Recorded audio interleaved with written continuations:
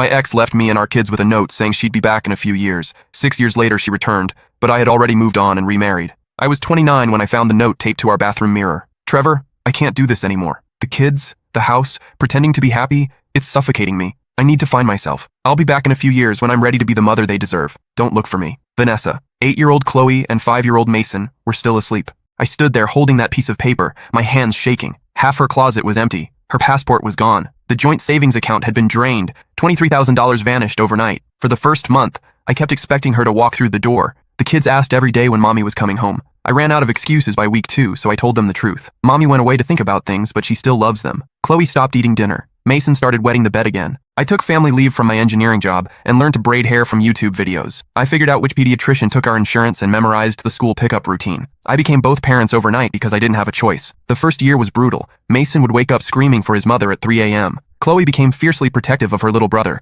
helping him brush his teeth and reading him bedtime stories in a voice too mature for an 8-year-old. I watched my daughter grow up too fast while my son regressed, and I felt like I was failing them both. My mother-in-law called every week for the first 6 months, asking if I'd heard anything. Vanessa's parents were devastated. Their golden daughter, who'd been valedictorian and homecoming queen, had simply vanished. They offered to help with the kids, but they lived 3 states away, and honestly, seeing them was like looking at ghosts of what Vanessa might have been. I hired a private investigator after month 4. He found one credit card charge at a gas station in Colorado, then nothing. She'd either gone completely off-grid or was using cash and fake names. After spending $3,000 I didn't have, I gave up the search. By year 2, we'd found our rhythm. Chloe joined soccer and discovered she was fast, really fast. Mason learned to ride his bike and stopped asking when Mommy was coming home. I started taking them camping on weekends, something Vanessa had always refused to do because it was too messy. I learned that Chloe liked her sandwiches cut diagonally and that Mason was afraid of the dark but too proud to admit it. I figured out that bedtime stories worked better when I did different voices for each character, and that Sunday morning pancakes could fix almost any problem.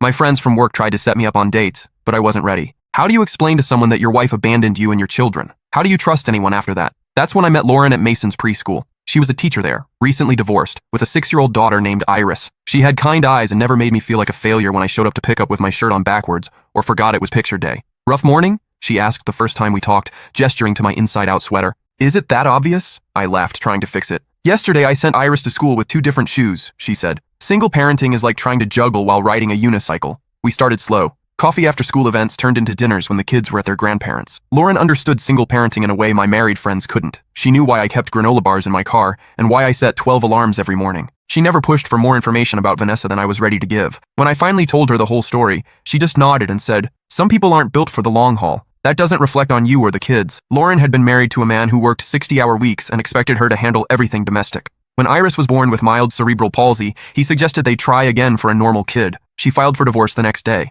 I realized I was already a single parent, she told me. Might as well make it official. 3 years after Vanessa left, Lauren moved in with us. The kids adored her. She helped with homework without being asked and never tried to replace their mother, just filled the space Vanessa had abandoned. Iris fit perfectly into our chaos. She was quiet where Mason was loud, artistic where Chloe was athletic. The 3 kids became inseparable, building blanket forts and putting on elaborate plays in our living room. Lauren made our house feel like a home again. She painted the walls colors other than beige and hung pictures of our blended family everywhere. She taught Chloe how to French braid her own hair and showed Mason that cooking could be fun, not just a chore. We married last spring in our backyard. Chloe was my best woman, wearing a navy blue dress she'd picked out herself. Mason walked Lauren down the aisle, taking his job as ring bearer and protector very seriously. Even Vanessa's parents attended, which said everything about how they felt about their daughter's choices. "She's good for you," Vanessa's mother whispered to me during the reception, watching Lauren dance with all 3 kids. "The children are thriving." It was true. Chloe had made honor roll and was being scouted for the regional soccer team. Mason was reading above grade level and had stopped having nightmares months ago.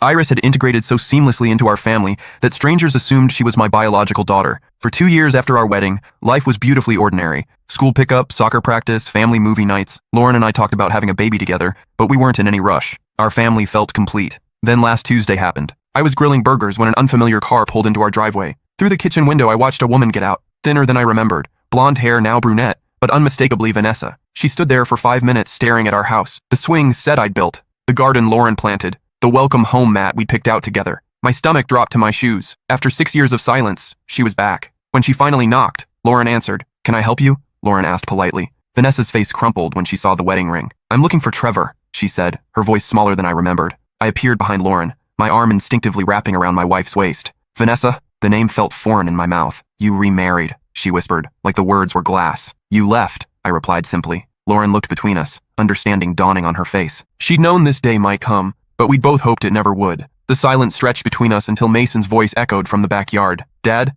can we eat soon? Vanessa's eyes went wide. That's Mason? Before I could respond, both kids rounded the corner. 11-year-old Chloe and 8-year-old Mason, grass-stained and laughing. They stopped dead when they saw her. Chloe spoke first, her voice steady and cold. You're not supposed to be here. Vanessa dropped to her knees, tears streaming. Baby, I know I left, but I'm back now. I'm ready to be your mom again. You're not my mom, Chloe said quietly. Lauren is. Mason moved closer to his sister, confusion written across his face. He barely remembered Vanessa. She was more of a vague impression than a real person to him. That's when Vanessa pulled out the thick manila envelope from her purse. Actually, she said, her voice suddenly harder, I am, and I have legal papers that say I'm taking you both home with me. The blood drained from my face. What are you talking about? I never gave up my parental rights, Vanessa said, standing and brushing dirt off her knees. I've been clean and sober for 2 years. I have a stable job and a nice apartment in Portland. I've been seeing a therapist who specializes in postpartum depression. That's what this was, Trevor. I was sick, and I needed time to get better. You abandoned us, I said, my voice rising. For 6 years. I left to get help, she corrected. The papers are all here. Medical records, employment verification, character references. I'm ready to be their mother now. Lauren's hand found mine, squeezing tightly. Chloe moved protectively in front of Mason. We don't want to go with you, Chloe said, her voice shaking but firm. This is our home. This is our family. Vanessa's face cracked. Sweetheart, I know this is confusing, but I'm your real mother. I carried you for 9 months. I was there when you took your first steps, said your first words, and then you left, Chloe interrupted. When I had the flu and almost had to go to the hospital. Where were you? When Mason broke his arm falling off his bike. Where were you? When I got my period for the first time and cried because I thought I was dying. Where were you? Each question hit Vanessa like a physical blow. I was getting better, she whispered. For you. For both of you. You were gone, Mason said suddenly, his voice small but clear. Lauren was here. Lauren helped me with my nightmares. Lauren taught me to tie my shoes. Lauren is my mom now. That's when Iris appeared from the backyard, looking for her mother. She took one look at the tent scene and moved to Lauren's side. What's happening, Mom? Iris asked. Vanessa's eyes narrowed when she saw the third child. Who is this? That's Iris, Mason said proudly. She's our sister. Your stepsister, Vanessa corrected sharply. Our sister, Chloe repeated firmly. The distinction hit Vanessa hard. In her absence, we hadn't just moved on. We'd created an entirely new family unit, one that didn't include her. I need to speak with you privately, Vanessa said to me. This conversation is inappropriate in front of the children. Lauren stepped forward. Actually, this conversation is inappropriate, period. If you have legal concerns, you should contact our attorney. Your attorney? Vanessa laughed bitterly. These are my children. I don't need permission to see my own kids. You do when you've been absent for 6 years, Lauren replied evenly. And you definitely do when you show up unannounced making demands. Don't lecture me about parenting, Vanessa snapped. You're nobody, a rebound who got lucky. I felt Lauren flinch beside me, but her voice remained steady. I'm the woman who held your son when he cried for his mother. I'm the woman who taught your daughter about periods and boys and self-respect. I'm the woman who has been here every single day for the past 4 years. Because I was sick, Vanessa shouted. I had postpartum depression that went undiagnosed for years. I was drowning, and I made the hardest decision of my life, to leave so I could get better and come back stronger. Postpartum depression doesn't last 8 years, Lauren said quietly,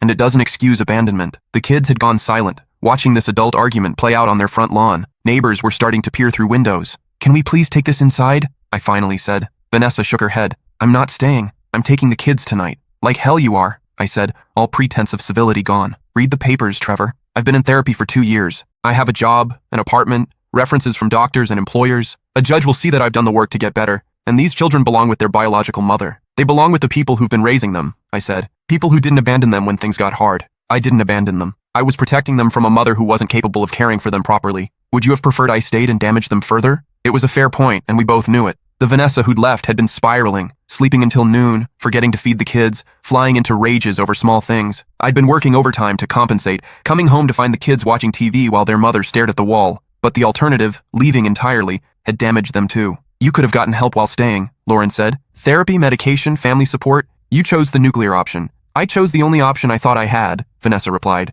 And it worked. I'm better now. Are you? Chloe asked suddenly. Because you just showed up at our house after 6 years with no warning, demanding we come with you. That doesn't seem very better to me. Out of the mouths of babes. Vanessa's composure cracked. I know this isn't ideal, sweetheart. I should have called first, should have eased back into your lives. But when I saw the wedding announcement in the paper last year, and then found out about the new house, I panicked. I was afraid if I waited longer, I'd lose you forever. She'd been watching us. Somehow, that made everything worse. You lost us the day you left, Chloe said simply. No, Vanessa said desperately. No, that's not true. I never stopped being your mother. I thought about you every single day. I have pictures of you on my phone that I got from your grandmother. I know you made honor roll, Chloe. I know you scored the winning goal in the championship game. I know Mason loves dinosaurs and wants to be a paleontologist when he grows up. Information isn't love, Lauren said quietly. Being present is love. I wasn't capable of being present then, Vanessa said, but I am now. Prove it, I said. Not with papers or legal threats. Show us. Start with supervised visits. Let the kids get to know you again. Prove you're stable before you start making demands.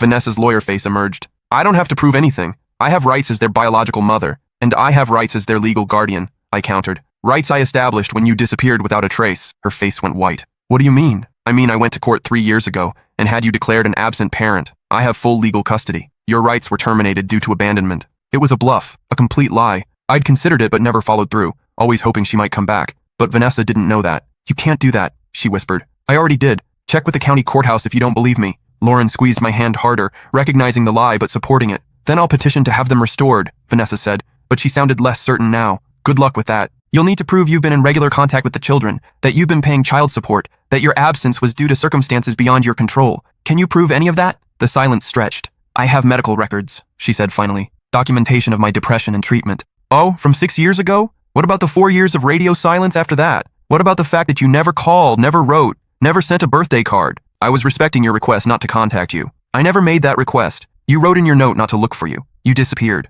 Vanessa looked around at all of us, her biological children who barely remembered her, the woman who'd raised them in her absence, the stepchild who'd become part of their family, the life that had grown in the space she'd left behind. This isn't over, she said quietly. Yes, it is, Chloe said. We're not going with you. We don't know you. You're a stranger. I'm your mother, Vanessa whispered. No, Mason said, moving to Lauren's side. She is. Vanessa stared at us for another long moment, then turned and walked back to her car. Before getting in, she called back. I'll be in touch through my lawyer. This isn't over, Trevor. We watched her drive away in silence. That night, after we'd ordered pizza and tried to pretend it was a normal evening, Lauren and I sat on our back porch while the kids played video games inside. She'll be back, Lauren said quietly. I know. With real lawyers and real papers. I know. We need to get ahead of this. Talk to a family attorney. Document everything. Prepare for a custody battle. I nodded, but all I could think about was the look on Chloe's face when she'd called Vanessa a stranger. 6 years old when her mother left. 11 now. More than half her life had been without Vanessa. For Mason, it was even worse. He had no real memories of his biological mother. What if she wins? I asked. Lauren was quiet for a long time. Then we fight harder. Those kids are ours now, Trevor.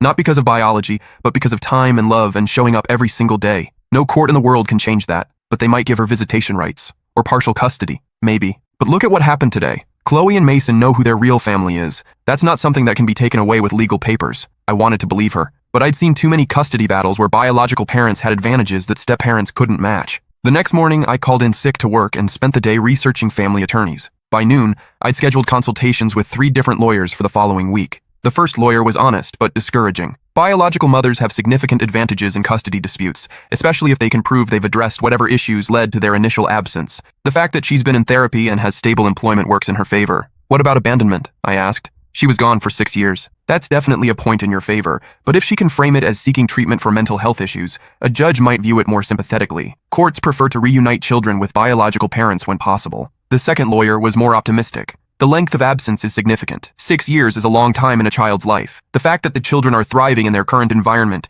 and have expressed a preference to stay will carry weight. But she could still get visitation rights? Almost certainly. But we can push for supervised visits, gradual reintegration, requirements for continued therapy. We can make this process as slow and difficult as possible while prioritizing the children's stability. The third lawyer was the most expensive, but also the most experienced with cases like ours. Here's what's going to happen, she said bluntly. Vanessa will file a petition to restore her parental rights. She'll claim temporary inability to care for the children due to mental health issues, show evidence of recovery and stability, and request immediate visitation with the goal of shared custody. And you think she'll win? I think she'll win something. The question is how much and how fast. Our job is to slow this down, document everything, and make sure the children's voices are heard. I hired her on the spot. 2 weeks later, the papers were served. Vanessa was indeed petitioning to restore her parental rights and requesting immediate unsupervised visitation with the ultimate goal of shared custody. She had documentation of her depression diagnosis, 2 years of therapy records, employment verification, and character references from her therapist, employer, and new neighbors. Her lawyer had done his homework, but so had we. We documented every school event,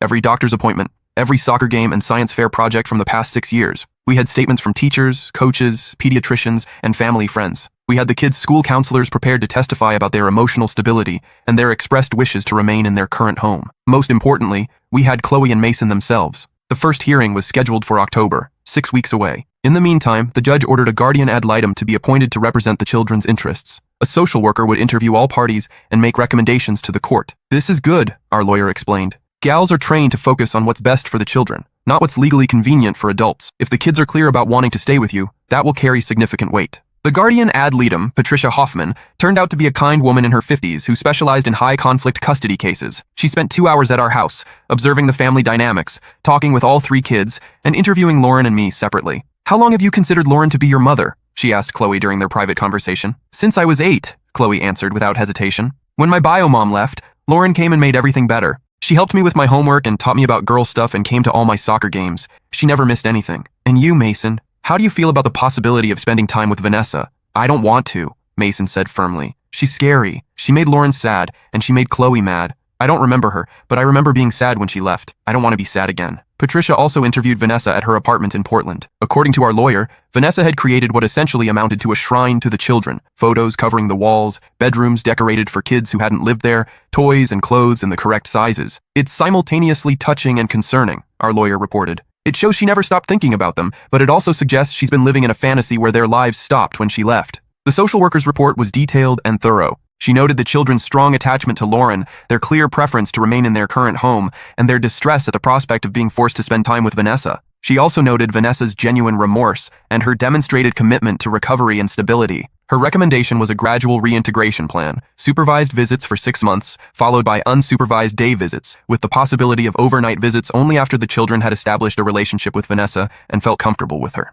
It was more contact than I wanted, but less than Vanessa was demanding. The first supervised visit was scheduled for a Saturday afternoon at a family therapy center. Vanessa would have 2 hours with the kids in a playroom while a social worker observed. Chloe refused to go. "You can't make me," she said, arms crossed in our kitchen. "I'm 11 years old. I know what I want. And I don't want to spend time with someone who abandoned me." "Sweetheart, the court ordered this," Lauren explained gently. "If we don't comply, it could hurt our case." "Then let it hurt the case. I'm not going." Mason was less vocal, but equally resistant. When we tried to get him in the car, he had a complete meltdown, screaming, kicking, refusing to get dressed. "This is exactly what I was afraid of," I told our lawyer over the phone. "Forcing this is traumatizing them." "Document everything," she advised. "The children's resistance to contact is relevant evidence, but they do need to attend this visit. If they refuse, it gives Vanessa ammunition to claim we're alienating them against her." In the end, Lauren and I both went to the visit. We sat in a waiting room while Chloe and Mason spent the most uncomfortable 2 hours of their lives playing board games with a woman they considered a stranger. Through the observation window, I watched Vanessa try desperately to connect with children who had no context for her presence in their lives.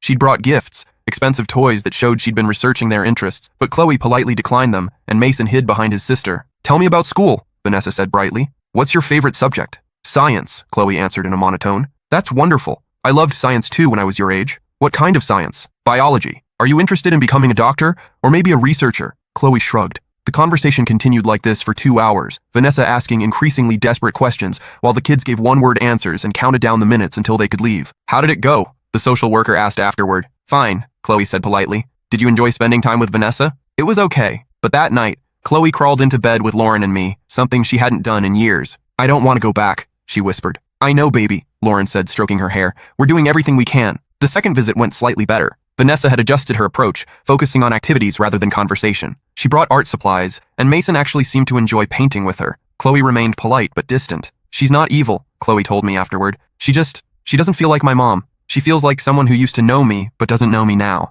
By the fourth visit, a routine had been established. The kids would go, spend 2 hours making polite conversation and doing supervised activities, then come home and need extra reassurance that they wouldn't be forced to leave us. "This is working," Vanessa told the social worker. "They're warming up to me. I think we're ready for unsupervised visits." "I disagree," our lawyer argued at the next hearing. "The children are complying with court orders, but they've shown no genuine enthusiasm for developing a relationship with Ms. Brennan. They consistently express anxiety before visits and relief when they return home." The judge reviewed the social worker's reports, which documented the children's ongoing resistance and their clear statements that they did not want their living situation to change. "I'm going to continue supervised visits for another 3 months, he decided. "At that point, we'll reassess based on the children's comfort level and their expressed preferences." It was a small victory, but a victory nonetheless. During those 3 months, something interesting happened. The forced visits actually strengthened the kids' resolve. Rather than gradually warming up to Vanessa, they became more articulate about why they wanted to stay with Lauren and me. "She keeps trying to give me stuff," Mason told the social worker. "But I don't want her stuff. I just want to go home. She talks about when I was little like she was there," Chloe said. "But she wasn't there. She doesn't know who I am now."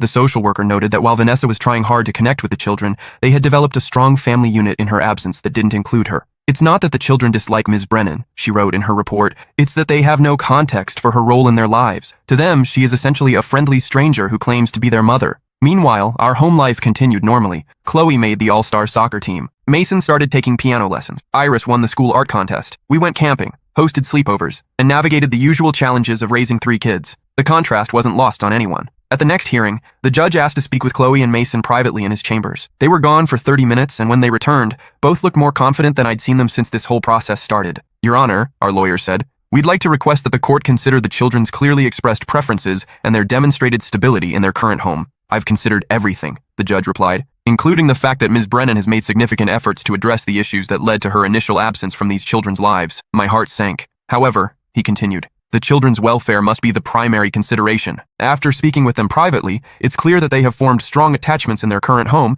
and that forcing them to develop a relationship with Ms. Brennan against their will would not serve their best interests. Your Honor, Vanessa's lawyer interjected, my client has constitutional rights as the biological mother, and those rights must be balanced against the children's well-being. The judge interrupted. Ms. Brennan, you've worked hard to get your life on track, and I commend you for that. But 6 years is a significant portion of these children's lives. They've bonded with other caregivers and expressed a clear preference to remain in their current home. He paused, reviewing his notes. I'm going to terminate the supervised visits. Ms. Brennan, you'll have the opportunity to send cards and letters to the children, which they can choose whether or not to read. If, when they reach the age of majority, they choose to develop a relationship with you, that will be their decision to make. Vanessa stood up abruptly. This is wrong. They're my children. No, the judge said firmly. They were your children. You made the decision to leave them. Mr. Phillips and Ms. Chen made the decision to raise them. The children have made the decision about where they want to live. The court will respect that decision. I thought Vanessa might collapse. She looked around the courtroom wildly, as if searching for someone who would advocate for her. You've poisoned them against me, she said to me. I've protected them from abandonment, I replied.